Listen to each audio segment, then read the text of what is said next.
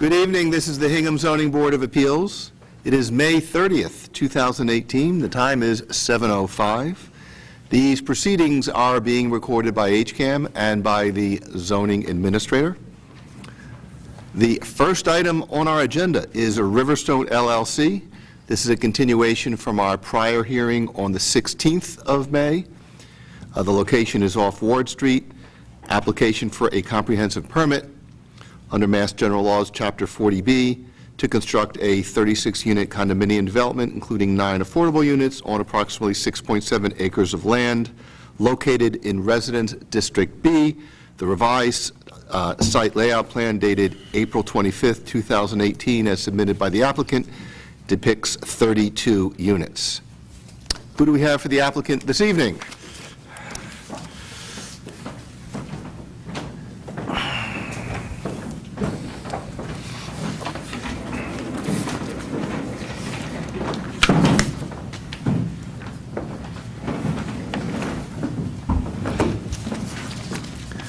Please introduce yourselves for the record. Good evening. My name is Warren Baker. I represent the applicant, Riverstone, and with me is the principal, Brian Murphy. Good evening. First, I'd like to ask the zone administrator to review for us items that have been received since our prior meeting. Certainly. And again, if people have difficulty hearing, please raise your hands, wave your hands, and we'll do what we can to speak louder. Okay, so materials submitted on behalf of the applicant include a document with financial information for Riverstone Comprehensive Permit off Ward Street, Hingham. It was received this afternoon, May 30th, 2018, electronically. And then materials submitted by abutters or members of the public include a land court order issued May 16th, 2018, on the plaintiff's motion for preliminary injunction in the matter of Ann C. Mullen and Joyce A. Bethany, plaintiffs v. Viking Lane LLC and Riverstone LLC defendants, along with a cover letter dated May 25th, 2018, from attorney Jeffrey DeLisi, representing the plaintiffs, which summarizes the order allowing in part the preliminary injunction with respect to the Autumn Circle Access Road or Way.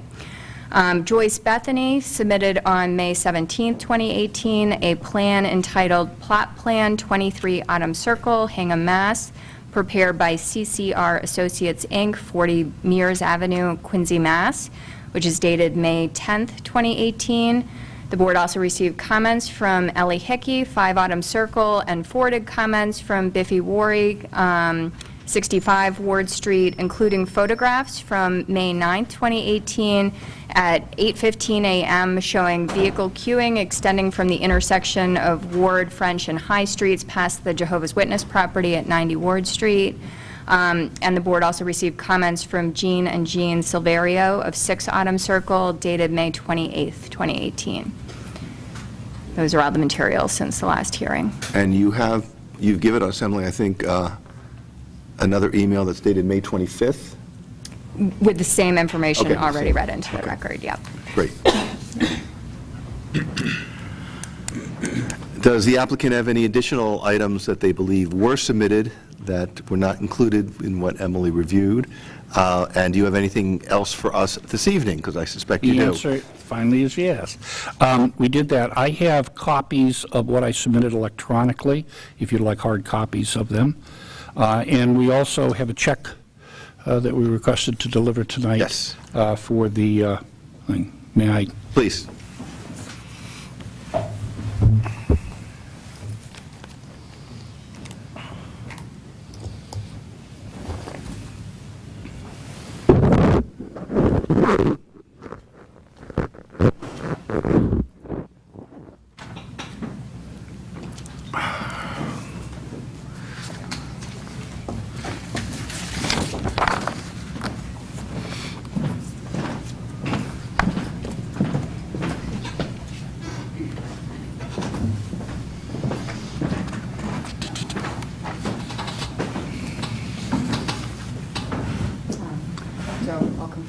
We Yep. also received peer review funds in the amount requested at the last hearing, and then I believe you already have copies of the financial information, as long as this is the same Pass as that so that the we can electronic see version. what-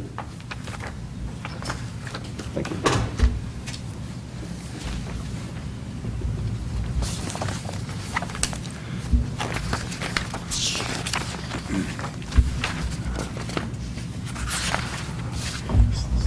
Yeah, it appears to be the same as what we received. Is there backup information supporting these spreadsheets that you can make available to the office? In particular, what I'm looking at, the first item in terms of revenue, we see the sales of market units started at about 18 million, went down to 16 million, and then the May 30th budget is 6.7 million. But there's no indication of how many units this represents. So that would be a critical piece of information we would need to assess the reasonableness of the financials. The plans that we have submitted on the original project had Right. 36. Okay? The plans that we submitted for the second column were the 32. Okay? And the restrictions and other things that we had gone down to, it's hard to know what that number is because of the interplay of all of the different conditions and restrictions. At the last meeting, I had indicated that one restriction in itself would remove us down to 11. This analysis was based on 12 units. 12, And I gave that information Okay. to Emily this afternoon. so is that 12 total units or 12? 12 total units, Okay. and 25% of them would be affordable. Okay. So that would mean 3 affordable units, if I do my math, okay?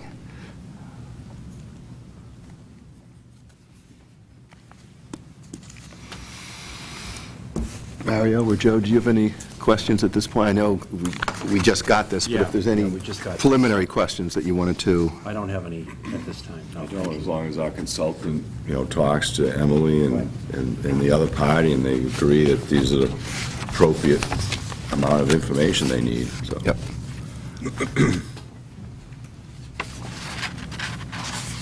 Emily, do you have any additional questions on the, Well, there was one other question we had about who prepared the financial information. So, in the event that our consultant has questions, we wondered if you have a financial consultant that helped develop the pro As formas. indicated in my response to you Okay, this I'm afternoon. sorry, I didn't see it. Okay. My response to you was to answer the number 12 for the last column, and the second thing is all questions and with regard to this would be directed to me or the applicant. Okay. So we prepared this, as we have done many 40Bs, in-house, with the fact that we built many, and matter of fact, our numbers are pretty good. We do have some financial backup, but we haven't engaged them at this stage for the preparation of this.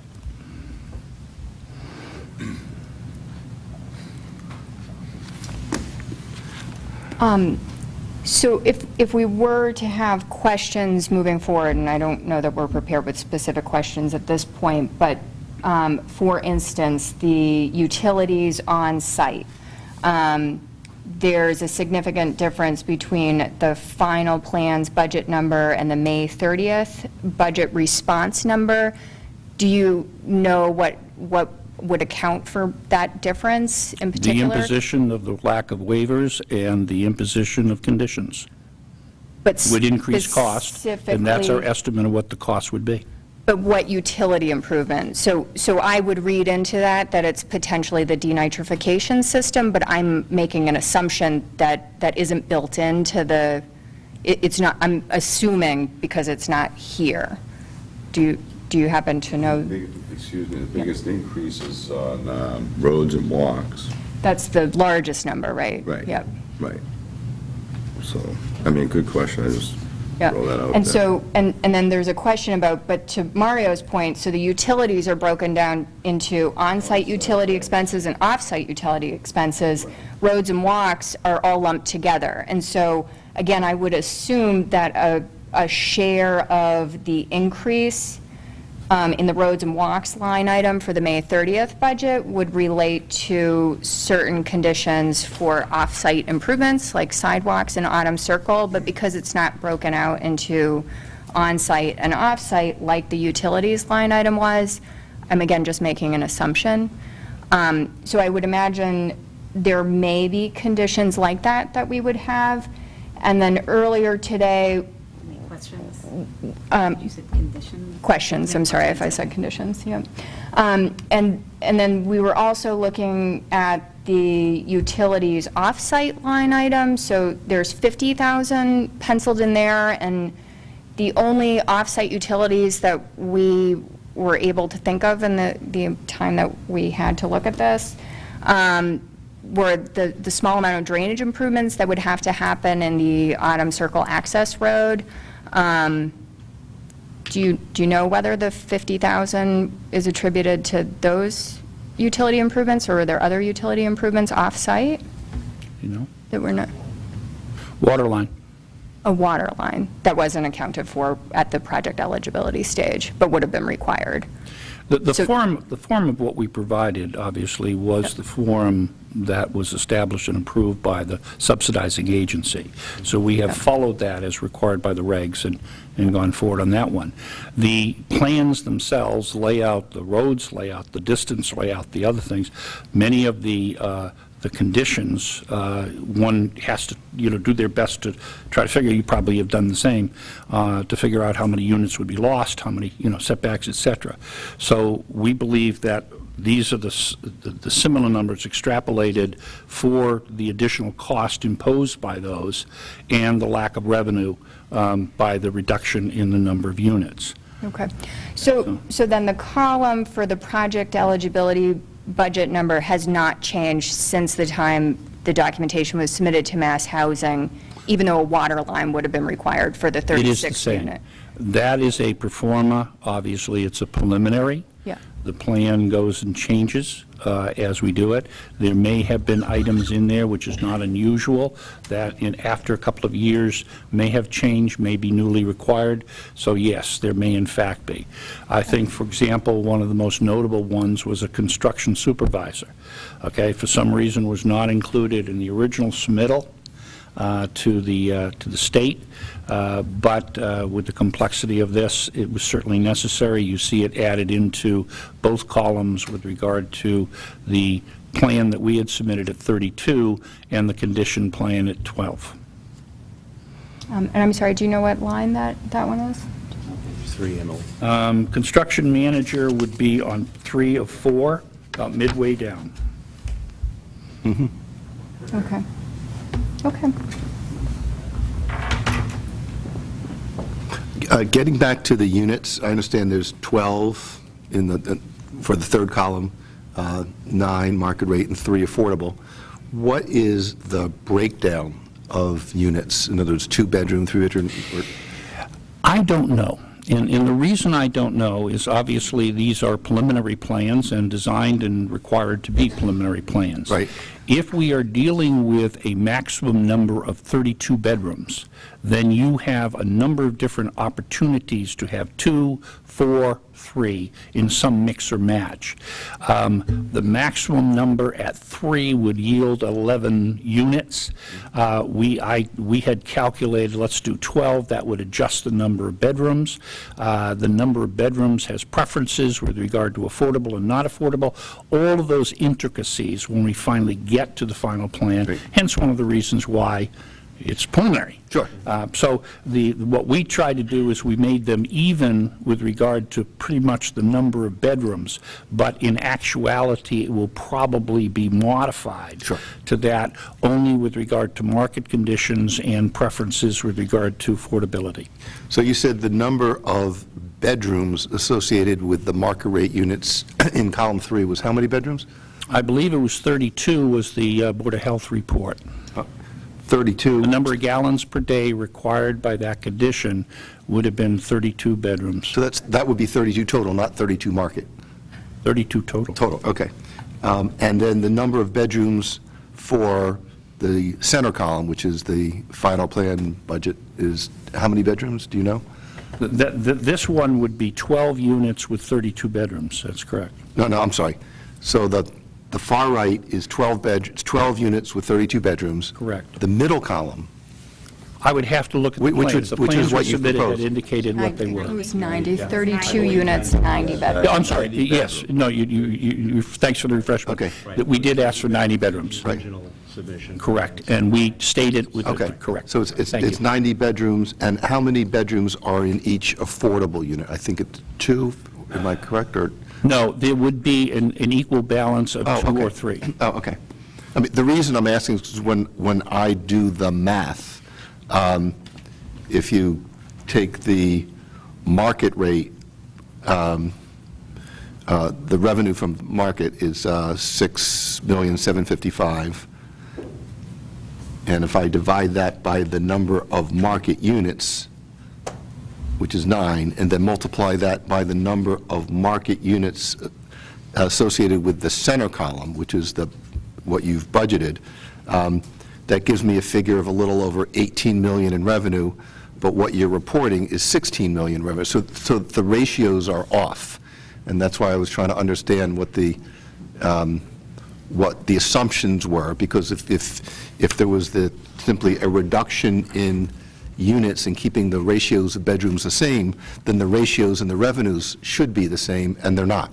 So either my analysis is incomplete or there's something else missing. That's why I wanted to... The ratios may not be precise. I think you can Okay. approach this in a number of different ways. One is you can say, we're going to be charging X number per bedroom, here are the number of bedroom units. We don't know what that breakdown is going to particularly be, all right? That's why we have 90 total, and the number of units where they were applied, and of course that balance. Something certainly to be worked out. What we tried to do here in the same way that we did with the state, in terms of subsidizing agency issue, is to try to come with a square footage issue, come with a cost per square footage, then you would look at what the cost would be to construct such a building within standard costs and development issues. Obviously, the numbers of a couple of years ago that was given to the state are different than they are Sure. now significantly, particularly the cost of it. So you'll see some adjustments and movements in there. The revenue that we did, we tried to break down between the two with regard to the number of those units and the sale price. We are limited, as you well know, in the sale price of the affordable units. Yes. And I think it's 187 or something, right? Yep. Roughly or so. And that is a moving target also. So these are our guesstimates. Some of these are percentages because standard practice in the area of certification for the HAC, et cetera, does certain percentages, for instance, of hard cost for profit base, for builder's costs, those things. Those things, you will see that it doesn't take much to do the calculation for the profit number. Right. Or the percentage number. The other ones look into our best guess of the kinds of things that we can do with regard to the cost of the project itself. We tried to keep the cost per unit down, and I believe it's less than your accountant will find is standard, because we're trying very desperately to build a good product, but we, as you can see, even in the middle one, the profit does not come out as being anything significant. Okay. Is there a line item or various items we can look at that would reflect the costs associated with work at Autumn Circle? No. Okay. For example... There is, well, I'd stand corrected, I'm sorry. There is some costs that were associated with the cul-de-sac, okay, and the extension of the original plan without that, to the extension through, so that would have been a lineal footage. Also, additional costs were added for the 24 feet, the vertical curbs, the 5-foot walkways. Those costs were added into the streets and the other kinds of costs to do that. Okay. Susan, did you have any questions? I have a question. The conditions in the permit on the septic system or the wastewater treatment were a kind of an either-or. Either comply with the Board of Health kind of standards for gallons, whatever, I'm sorry, I'm not That's a right. scientist, or do the nitrification system. One would have, the nitrification system would have allowed more units, everything else being held the same, assuming all the other conditions stay. They would have ended up, you know, different costs of construction and different, but a resulting different number of units.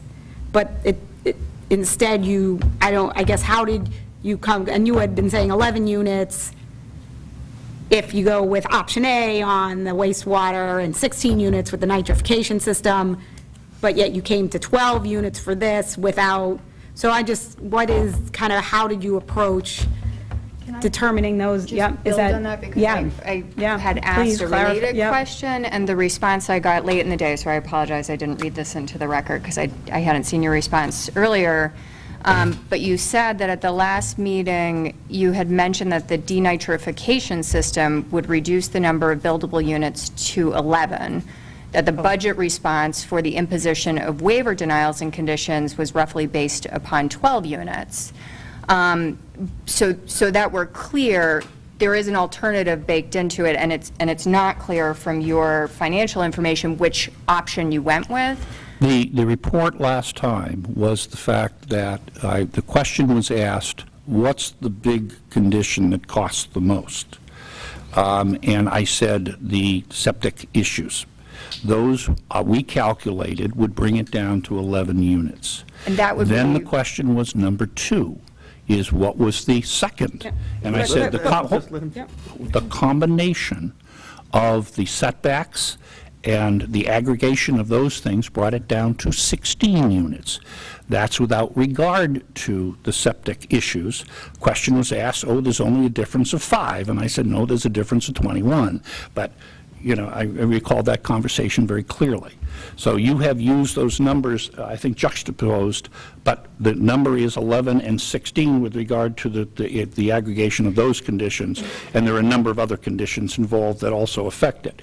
When we're talking about whether or not we determined that any of these conditions would be uneconomic, we believe that whether or not you look at option A or option B, even if you said the denitrification is a little bit less expensive, say, than the limitation of 32 bedrooms, for example, the difference is not significant, and both yield a significant loss and make them both uneconomic.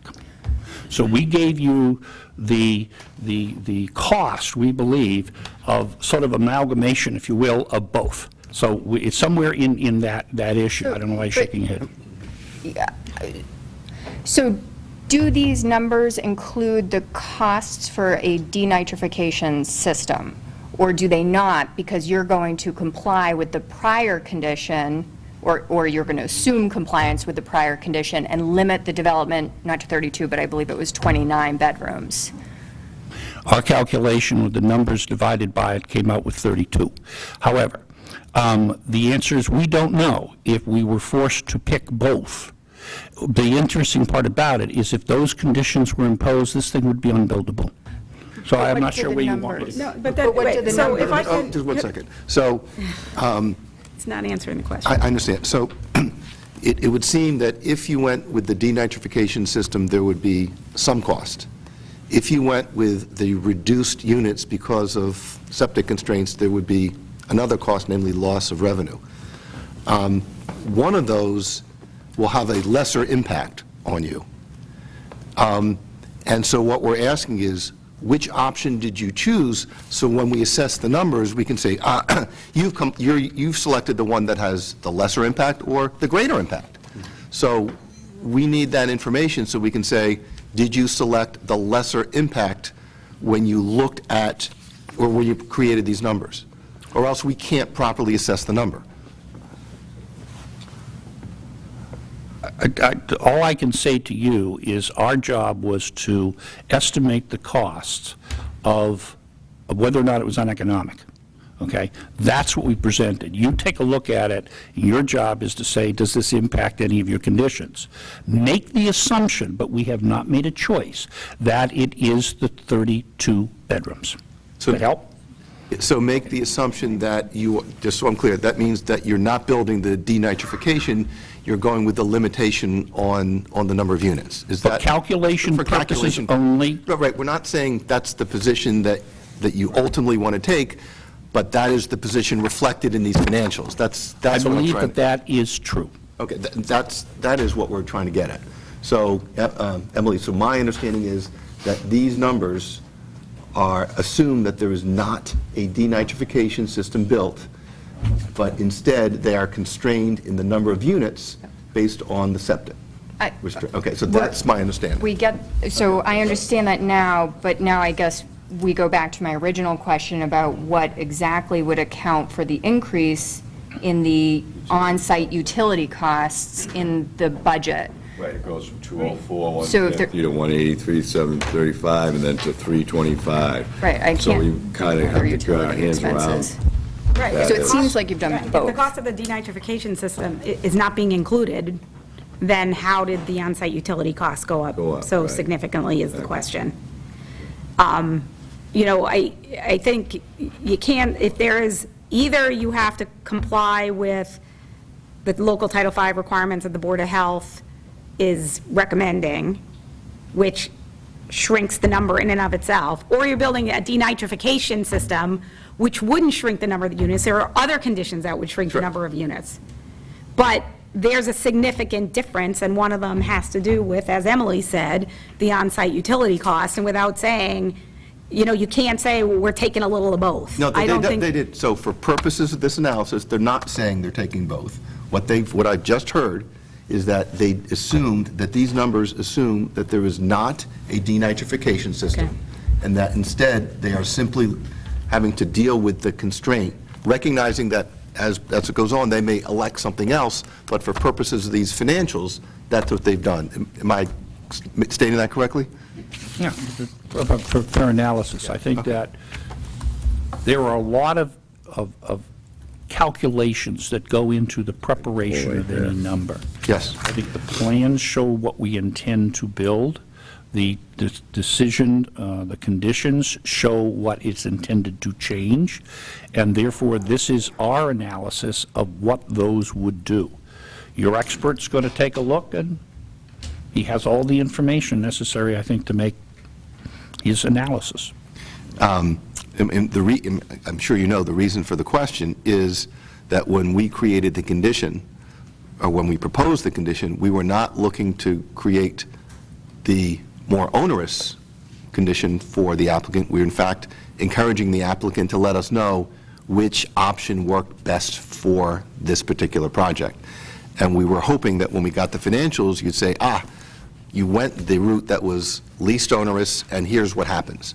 What I'm hearing is that you selected one, which in fact may or may not be more onerous, and that's what you used to base the financials on.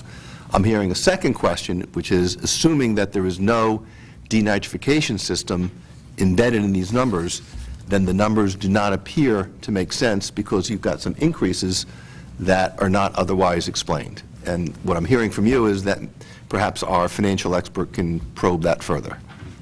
Is that a fair summary? From your perspective, fine.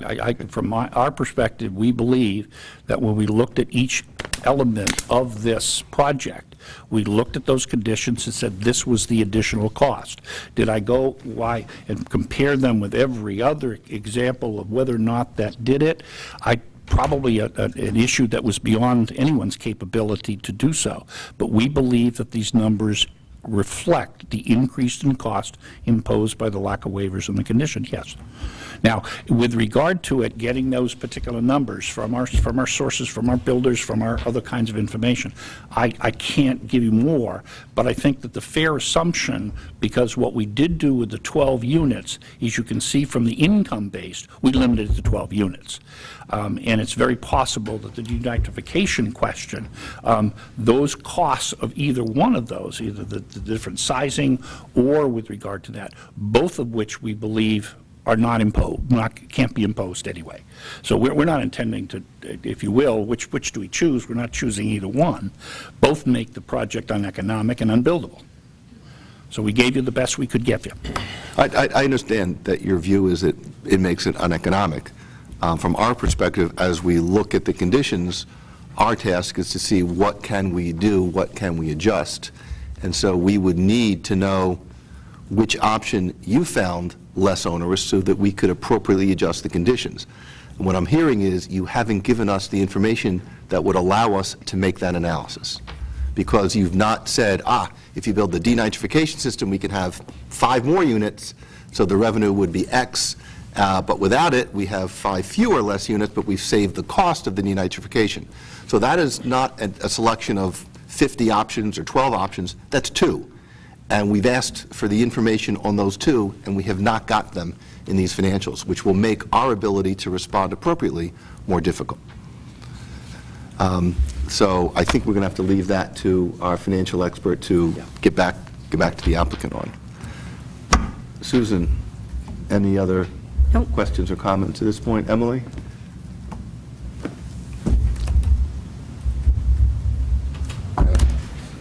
Members of the public, questions or comments at this point? Please come up to the mic and identify yourself for the record. Excuse me if I don't understand, but has he submitted?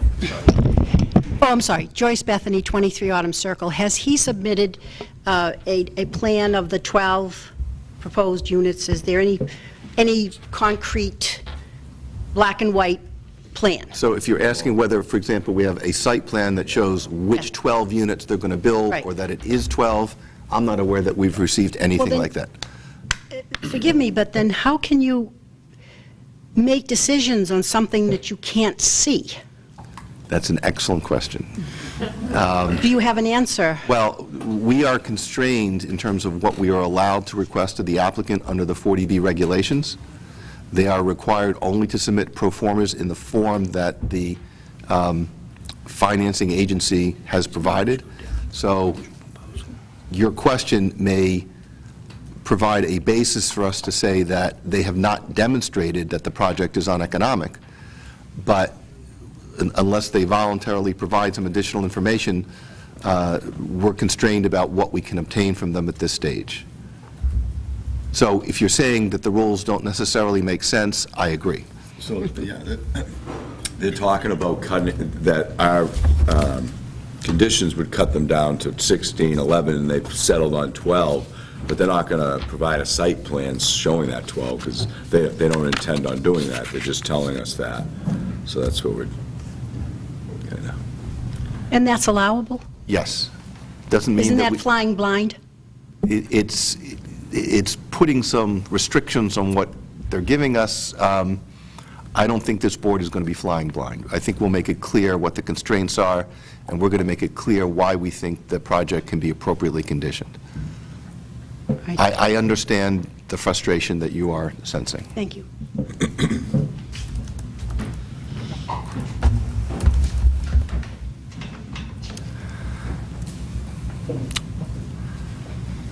Okay, we need to talk about a schedule for the next hearing. Emily, what have you... I think the full panel has You can speak up. The full panel has availability on 2 weeks from today, Wednesday. That's the June 13th of June? Yep, we'd have to start a little bit later that night at 7:30. Or we also have availability on Tuesday, June 12th at 7 p.m. In either case, the peer review expert would be able to provide a report in advance. I know my preference is the 13th. Is Is that the Wednesday? Yes. I'm fine, yeah. What is, council, is your available? Looking Okay. as we speak.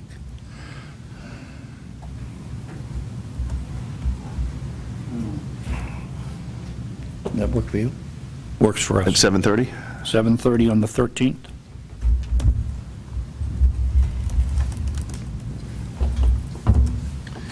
So I don't see anything else that we need to accomplish this evening. You've got the check.